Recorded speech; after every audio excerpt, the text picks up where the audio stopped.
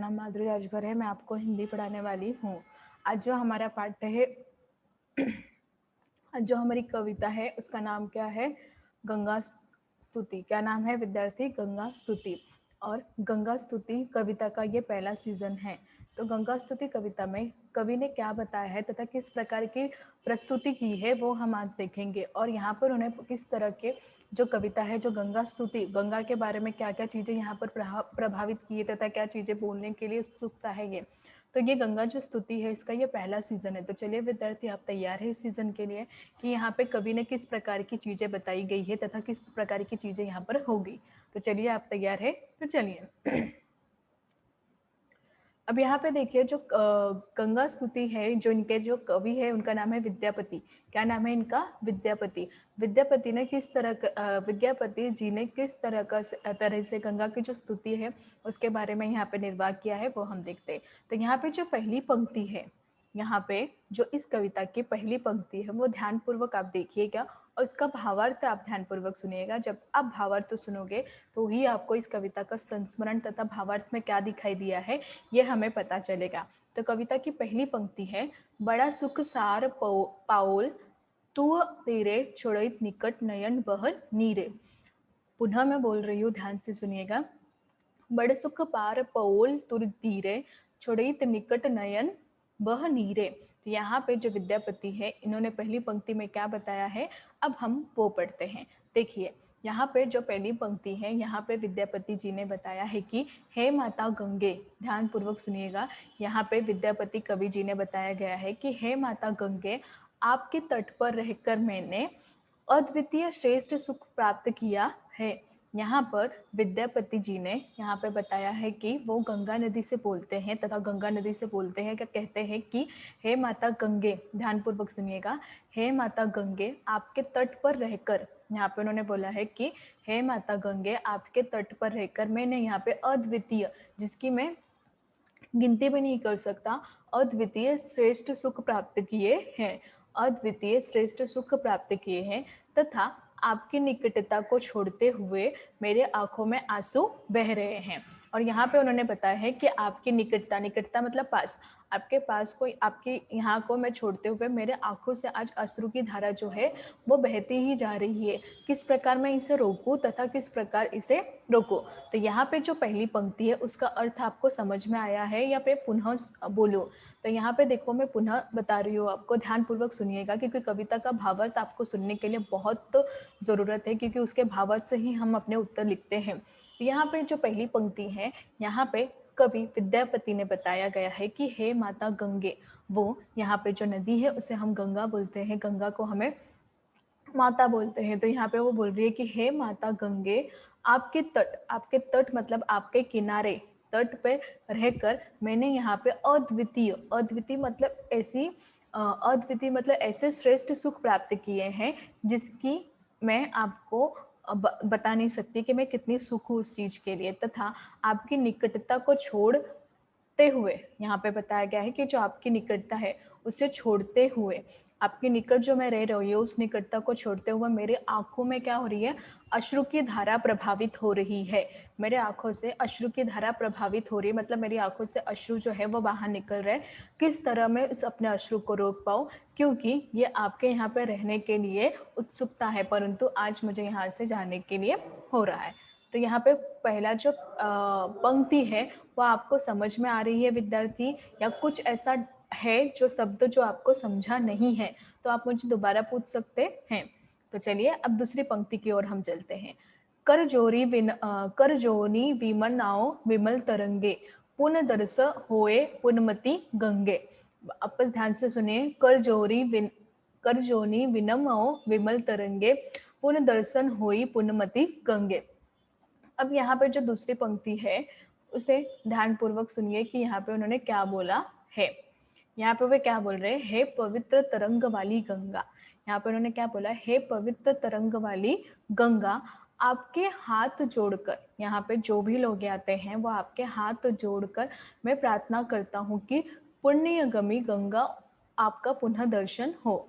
यहाँ पे वो बोल रहे हैं यहाँ पे जो कवि विद्यापति है उन्होंने स्पष्ट रूप से धारण करते हुए तथा स्पष्ट रूप से कहा है कि हे पवित्र तरंग वाली गंगे, हे पवित्र तरंग वाली गंगे, आपको मैं हाथ जोड़कर प्रार्थना करता हूँ। यहाँ पे उन्होंने बोला है कि आपको मैं हाथ जोड़कर प्रार्थना करता हूँ कि मेरी पुण्यमयी गंगे, पुण्यमयी मतलब आपके यहाँ पे आके जो भी स्नान करता है, आपके यहाँ पे आके जो भी माथा टेकता है तो उसे पुण्य की प्राप्ति हो जाती है। उसने कितने भी गलत कार्य क्यों ना किए हो, कितने भी गलत कार्य क्यों ना किए हो, कितने भी कार्यों का उन्होंने अवहेलना क्यों ना किया हो, परंतु यहाँ पे आके आपको पता है कि मेरे हर जो पाप है वो पुण्य के रूप में बदल जाते हैं। तो इसलिए यहाँ पे उन्होंने बोला है कि मातु गंगे मेरा यहाँ पे उन्होंने बोला है कि हे पवित्र तरंग वाली गंगे, आपको मेरा हाथ जोड़कर प्रार्थना करता हूँ। यहाँ पे उन्होंने बोला है कि मैं हाथ जोड़कर प्रार्थना करता हूँ कि हे पुण्यमयी गंगे, आपका पुनः दर्शन हो, मुझे मेरा नसीब ऐसा हो कि आपका मेरा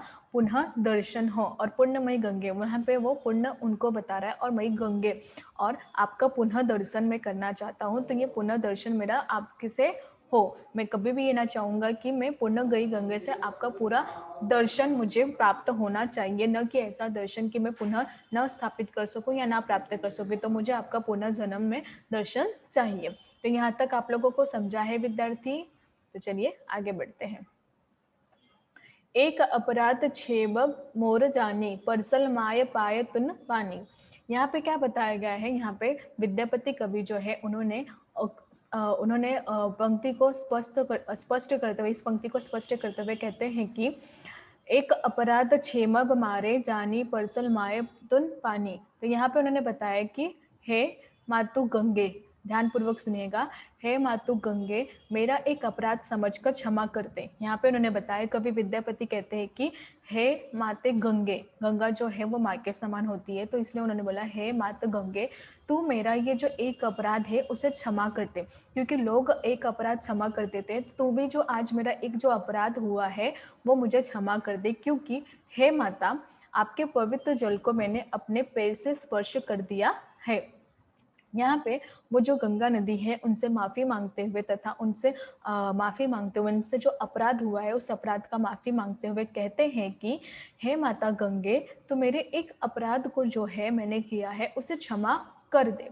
उन्होंने बोला है कि मेरा जो एक अपराध है उसे तुम क्षमा कर दे, क्योंकि माता मैंने आपका जो पवित्र जल है, जो लोग पवित्र जल है, जो गंगा जल बोलते हैं, जैसे जो पवित्र जल है, जिसकी मृत्यु के किसी की भी मृत्यु के पश्चात उसे जो है मुंह में जो डाला जाता है, क्योंकि उसका जीवन जो है वो पुण्य की स्थिति प्राप्त कर सके तथा वो स्वर्ग पसार सके। जो आपका जल लोगों को बहुत प्रभावित करता है, आज उस जल को मैंने अपने पैर से स्पर्श किया है। क्या किया है?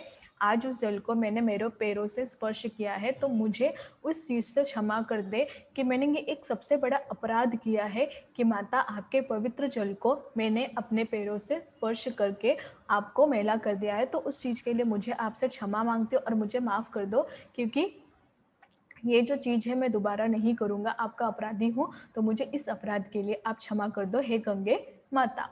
तो यहाँ पे इस तरह इन्होंने इस पंक्ति को स्पष्ट किया तथा ये भावार्थ को स्पष्ट करते हुए उन्होंने ये चीज़ बताई है, कवि विद्यापति जी ने बताई है। तो आप लोगों को समझा ये पंक्ति विद्यार्थी। तो चलिए अब दूसरी पंक्ति देखते हैं। की करब जप तप धोगा, जोग धयाने। ध्यान से सुनिएगा विद्यार्थी। की करब जप तप जोग धयाने, जन्म कृतार्थ एक ही सनाने। ध्यान पूर्वक फिर से सुनिएगा। की करब जप तप जोग धयाने, जन्म कृतार्थ एक ही सनाने। अब यहाँ पे जो इस पंक्ति में कवि जो विद्यापति ने उन्होंने क्या स्पष्ट किया है तथा क्या बोलना चाहते हैं वो ध्यानपूर्वक आपको सुनना है। तो ध्यानपूर्वक सुनिएगा विद्यार्थी। हे मातु गंगे, यहाँ पे उन्होंने क्या बोला है कि हे मातु गंगा, माता जो है गंगा जो है एक माता है, उन्होंने एक माता का दर्जा दिया गया है और बोले हैं कि हे मातु गंगे, जब आपके जल में एक बार स्नान करने से जन्म सफल हो जाता है। यहाँ पे उन्होंने क्या बोला है कि आप जो बोलते हो तथा आपको जो लोग मानते हैं कि आप सबसे ज़्यादा पवित्र हो, यहाँ पे आप सबसे ज़्यादा जल में सबसे ज़्यादा पवित्र हो और आपके जल में एकमात्र, यहाँ पे ध्यान से सुनिए, हाँ, आपके जल में एकमात्र एक बार स्नान करने से जन्म सफल हो जाता है। जन्म मतलब वो इस दुनिया में आया तो उसका जन्म कब सफल होना चाहिए? जब उसने गंगा स्नान किया हो। तो यहाँ पे उन्होंने बताया कि हे मातु गंगे, जब आपके ध्यानपूर्वक सुनिएगा। हे माते गंगे, जब आग के जल में मात्र एक बार स्नान करने से जन्म जो है हमारा सफल हो जाता है तथा हमें जन्म की जो प्राप्ति मिली वो सुखमय हो जाती है। तो जब जब तप योग ध्यान करके की आवश्यकता है। और यहाँ पे बताया है कि मैं इसलिए जप तप योग करने की आवश्यकता है और मैं इस आवश्यकता को जप तप से ही परास्त करूंगा। ध्यानपूर्वक सुनिएगा। यहाँ पे उन्होंने क्या बताया, उन्होंने बोला है कि हे माते गंगे, जब आपके जल में एकमात्र स्नान करने से जन्म क्या हो जाता है, सफल हो जाता है। जन्म क्या हो जाता है विद्यार्थी, सफल हो जाता है। तो मैं जप तप योग, और यहाँ पे बताया इसलिए मैं जप तप योग करके आपकी, यहाँ पे क्या बताया, जप तप योग करके आपकी इस प्रार्थना को स्वीकार करूंगा तथा उस स्वीकार करने से इसे हम और भी करने की आवश्यकता करेंगे। समझा? समझा कि नहीं स्टूडेंट, विद्यार्थी? समझा कि नहीं समझा? तो चलिए आगे देखते हैं। बनहि विद्यापति समदाओ तो ही अनंत काल जनु विसुरहि मोहि। अब ये जो अंतिम पंक्ति है यहाँ पे, ये जो अंतिम पंक्ति है यहाँ पे कवि ने क्या स्पष्ट किया है तथा क्या बतलाने की कोशिश कर रहे हैं वो हम देखते हैं। बनहि विद्यापति समदाओ तो ही अनंत काल जनु विसरहु मोहि। तो इस पंक्ति के आधार पर यहाँ पे विद्यापति जी ने बोलते हैं कि भावार्थ, हे मातु गंगे, कवि विद्यापति आपसे प्रार्थना करते हैं। यहाँ पे उन्होंने क्या बोला है कि हे मातु गंगे, हे मातु गंगे, जो कवि विद्यापति है, जो आपसे प्रार्थना करते हैं कि आप हमें अंत समय में नहीं भूलेंगे, अर्थात अवश्य दर्शन दीजिएगा। यहाँ पे उन्होंने बताया कि अंत समय का मतलब होता है अंतकाल। अंत समय का मतलब होता है मृत्यु काल में। क्या होता है अंत समय का मतलब, क्या होता है मृत्यु काल में। जिस प्रकार मैंने आपको बताया कि मृत्यु जब होती है इंसानों की, तो उनके मुख में तथा उनके मुंह में हम गंगा जल और तुलसी का देते हैं। तो इसलिए यहाँ पे बताया कि भनहि विद्यापति समदाओ तो ही अनंत काल जनु विसरहु मोहि। तो यहाँ पे उन्होंने स्पष्ट करते हुए बताया कि हे मातु गंगे, ध्यान पूर्वक सुनिएगा, हे मातु गंगे, कवि विद्यापति आपसे प्रार्थना करते हैं कि आप हमें अंत समय, अंत काल मतलब अंत समय जिसे हम लोग बोलते हैं मृत्यु काल में भी नहीं भूलिएगा, अर्थात अवश्य दर्शन दीजिएगा। अर्थात हमें अवश्य दर्शन दीजिएगा, क्योंकि आपके दर्शन के बिना हमारी मृत्यु जो है वो पूर्ण तरह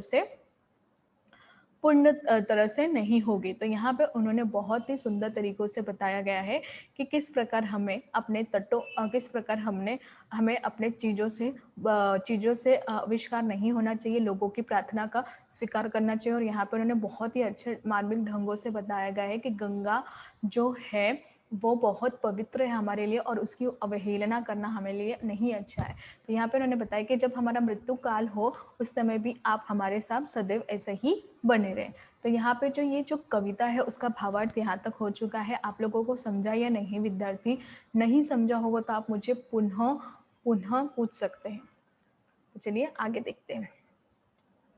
तो आज हमने क्या सीखा विद्यार्थी? सबसे पहले की यह है कि आज हमने क्या सीखा। आज हमने सीखा कि हमारे यहाँ पे जो 7 नदियाँ हैं उसमें से जो गंगा नदी वो सबसे पवित्र मानी जाती है, तथा गंगा नदी से ही हमें बहुत सारे चीज़ों प्राप्त होती है। जैसे गंगा स्नान करने के लिए लोग बहुत उत्सुक होते हैं। आपको पता है कुंभ का मेला जब लगता है तो गंगा स्नान के लिए बहुत लोग उत्सुक होते हैं, जाते हैं वहाँ पे, क्योंकि उन्हें ऐसा पता है कि उस गंगा स्नान के लिए अपनी धार्मिक स्थिति के ऊपर निर्भर है कि उन्हें ऐसा लगता है कि गंगा स्नान के बाद हमारा मन जो है बहुत पवित्र हो जाता है तथा पुण्य की प्राप्ति होती है।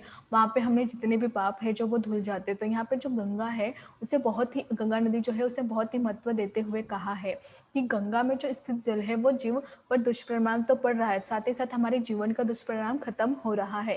और यहाँ पे उन्होंने बताया है कि गंगा नदी से जो भी जल प्राप्ति होती है वो इतनी बड़ी शाखाओं से प्राप्त होती है। और यहाँ पे उन्होंने बताया है कि मृत्यु के समय हमें जो है जल की ही प्राप्ति होती है जो गंगा से होती है। और गंगा नदी को उन्होंने इतना पवित्र माना है कि उस पवित्रता को उन्होंने एक निष्फल के प्राप्त के रूप में स्थित किया है। और यहाँ पे जितने भी उन्होंने बताया है भावार्थ हर पंक्ति के, वो बहुत ही सुंदर तरीके से मार्मिक ढंग से विद्यापति ने आपको उसकी प्रतिष्ठा बताई है कि हमारे लिए जो गंगा माता है वो कितनी ही परिपूर्ण है, हमारे लिए कितनी आवश्यकता है। हर चीज़ों के लिए उसका जो जल है वो हम उनके लिए करते हैं, उनका एक अलग ही महत्व है हमारे जीवन में। तथा गंगा नदी को उन्होंने इतना पवित्र माना है कि हर जगह हमें उसकी जो जल की प्राप्ति वो हर जगह हमें लेनी पड़ती है और हर जगह हमें देनी पड़ती है। तो यहाँ पे उन्होंने एक स्पष्ट ढंग से तथा बहुत ही सुंदर मार्मिक रूप से यहाँ पे उनको स्पष्ट किया गया है। तो यहाँ तक समझा विद्यार्थी, आज हमने क्या सीखा है तथा इस कविता के माध्यम से हमें कौन सी सीख मिली है ये भी हमने बता दिया। समझा विद्यार्थी? धन्यवाद।